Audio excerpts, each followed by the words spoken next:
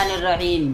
نماز کی چوتھی شرط سطر چھپانے کا بیان، یعنی کہ جو 7 شرطیں بیان فرمائی گئی ہیں ان میں سے پہلی شرط تھی بدن کا پاک ہونا، دوسری شرط جگہ کا پاک ہونا، تیسری کپڑے کا پاک ہونا، اور چوتھے سطر کا چھپانا۔ سطر کا چھپانے سے مراد کیا ہے؟ سطر کس طریقے سے چھپایا جائے گا، مرد کا سطر کتنا ہے اور عورتوں کا سطر کتنا ہے، اس کا بیان یہاں پہ دیا جا رہا ہے کہ کس اعتبار سے کس کا سطر کتنا ہے۔ تو یہاں پہ سوالیات کے اعتبار سے یہاں پہ ذکر کیا جائے گا۔ تو یہاں پہ پہلا سوال کیا جا رہا ہے کہ سطر چھپانے سے مراد کیا ہے، یعنی کہ سطر کس چیز کو کہا جاتا ہے اور سطر چھپانے سے کیا ہم سمجھے کہ سطر چھپانا کیا ہوتا ہے۔ تو اسی کا جواب یہاں دیا جا رہا ہے کہ مرد کو ناپ سے گھٹنے تک اپنا بدن چھپانا فرض ہے۔ یہ ایک ایسا فرض ہے کہ نماز کے اندر بھی فرض ہے اور نماز کے باہر بھی فرض ہے، اور عورت کو سوائے دونوں ہتھیلیوں اور پاؤں اور منہ کے تمام بدن ڈھانکنا فرض ہے۔ اگرچہ عورت کو نماز میں منہ چھپانا فرض نہیں ہے، کیا کہا گیا کہ اگرچہ عورت کو نماز میں منہ چھپانا فرض نہیں ہے، لیکن غیر مردوں کے سامنے بے پردہ کھلے منہ آنا بھی جائز نہیں ہے۔ سطر چھپانے سے مراد کو یہاں پہ بیان کیا جا رہا ہے کہ سطر کتنا ہے اور کتنا نہیں ہے، مرد کے لیے ضروری کتنا سطر ہے اور عورت کے لیے کتنا ضروری ہے۔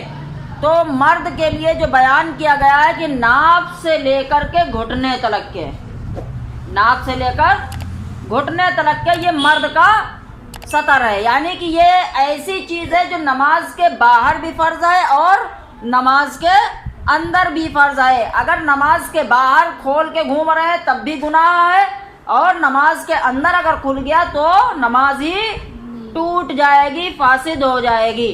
اور عورت کا سطر کتنا ہے اس کو یہاں پہ بیان کیا جا رہا ہے کہ عورت کے معنی ہی پردہ ہے، یعنی کہ عورت کا کوئی متعین نہیں ہے کہ کتنا سطر ہے، لیکن عورت جو نام رکھا گیا ہے عورت کے معنی ہی سطر کے ہیں، یعنی کہ پردے کے ہیں۔ عورت پوری کی پوری پردے میں رہنا ضروری ہے۔ حالانکہ نماز کے اندر جیسے کہ ہتھیلیاں اور چہرہ، دونوں قدموں کے ہتھیلیاں، یہ چیزیں کھلی رہنی چاہیے، لیکن یہ کہو کہ غیر مردوں کے سامنے، غیر محرموں کے سامنے ان کا آنا درست نہیں ہے۔ عورت کا معنی ہی پورا کا پورا کیا ہے؟ سطر۔ جیسے کہ مرد کا جو سطر بیان کیا گیا ہے وہ یہ بیان کیا گیا ہے کہ ناف سے لے کر کے گھٹنے تلک کے ہے، اور عورت کا سطر کتنا ہے؟ وہ پورا کا پورا خود پردہ ہے، پورا ہی سطر ہے۔ اب یہاں پہ سوال کیا جا رہا ہے کہ اگر سطر کا کوئی حصہ بلا قصد کھل جائے تو کیا حکم ہے؟ بلا قصد کا مطلب کیا ہے؟ یعنی کہ بغیر ارادے کے، اس کو پتہ نہیں تھا، اچانک میں کھل گیا، تو اب اس کا کیا حکم ہوگا؟ جیسے کہ نماز کے اندر ہے، اس کا سطر کھل گیا تو اب اس کی نماز ہوگی یا نہیں ہوگی؟ یا پھر نماز کے باہر ہے اور اس کا سطر کھل گیا تو اس پہ گناہ ہوگا یا نہیں ہوگا؟ اسی کو ذکر کیا جا رہا ہے، یعنی کہ بلا قصد جو ذکر کیا گیا ہے، بلا قصد کا مطلب کیا ہوتا ہے؟ بغیر ارادے کے۔ ٹھیک ہے، جواب دیا جا رہا ہے اگر چوتھائی عضو کھل جائے اور اتنی دیر کھلا رہے جتنی دیر میں 3 مرتبہ سبحان ربی العظیم، سبحان ربی العظیم، سبحان ربی العظیم کہہ سکے تو نماز ٹوٹ جائے گی، اور کھلتے ہی فوراً ڈھانپ لیا تو نماز صحیح ہوگی۔ یعنی کہ اگر نماز کے اندر اس کا سطر کھلا ہے اور نماز کے اندر کھلا اور اتنی دیر تلک کے کھلا رہا جتنی دیر ہم سبحان ربی العظیم، سبحان ربی العظیم، سبحان ربی العظیم پڑھتے ہیں، اتنی دیر تلک کے اگر کھلا رہا ہے تو اس کی نماز فاسد ہو جائے گی، ٹوٹ جائے گی۔ لیکن اگر نماز میں اس کا جیسے ہی سطر کھلا اور فوراً بند کر لیا تو اس کی نماز درست ہوگی۔ سوال، اگر کوئی شخص اندھیرے میں ننگا نماز پڑھے تو اس کا کیا حکم ہے؟ یعنی کہ اندھیرا ہے اور ننگا نماز پڑھ رہا ہے تو اس کی نماز ہوگی یا پھر نہیں ہوگی؟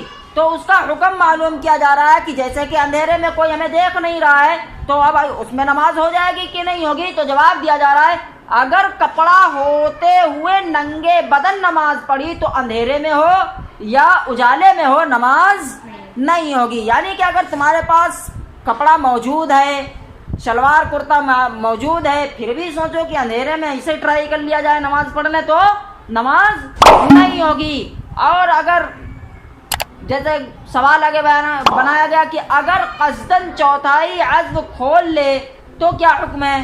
یعنی کہ جو پیچھے بھی بیان کیا گیا تھا کہ اگر چوتھائی حصہ کھل جائے بغیر ارادے کے، بلا قصد کھل جائے تو نماز ہوگی یا نہیں ہوگی، تو اس کا حکم کیا ہے؟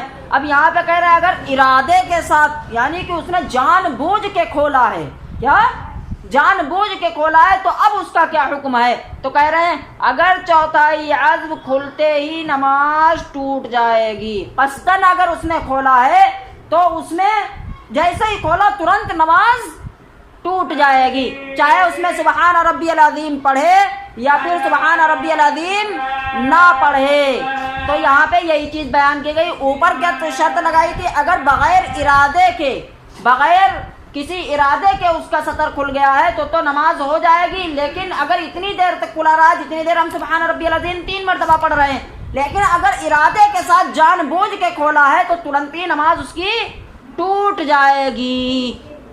سوال، اگر کسی کے پاس بالکل کپڑا نہ ہو تو کیا کرے؟ جواب، یعنی کہ وہاں پہ پیچھے کہا گیا تھا اگر کوئی اندھیرے میں نماز ننگا پڑھ لے تو اس کا کیا حکم ہے؟ تو جواب دیا گیا تھا اگر اس کے پاس کپڑے موجود ہیں تب ایسے نماز پڑھ رہا ہے تو اس کی نماز نہیں ہوگی. اب یہاں پہ سوال بنایا گیا اگر کسی کے پاس بالکل کپڑے ہی نہ ہو، سرے سے اس کے پاس کپڑے نہ ہو تو کیا کرے گا؟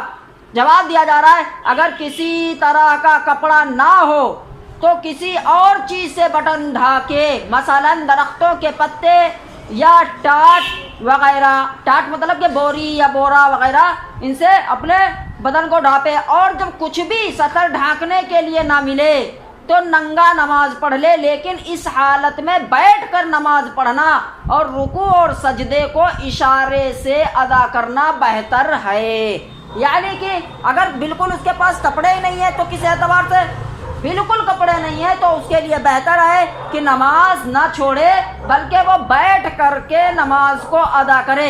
رکوع سجدہ جیسے کہ ہم کرتے ہیں تو وہ صرف یوں اتنا رکوع کرے اور اتنا ایسے جھک کے سجدہ کر لے، بس اتنا، یہ اس کے لیے بہتر ہے. جیسے عمومی طور پر ہم سجدہ کرتے ہیں اس اعتبار سے سجدہ نہیں کیا جائے گا، صرف اور صرف اشارے کے ساتھ ہی سجدہ کیا جائے گا اور رکوع کیا جائے گا.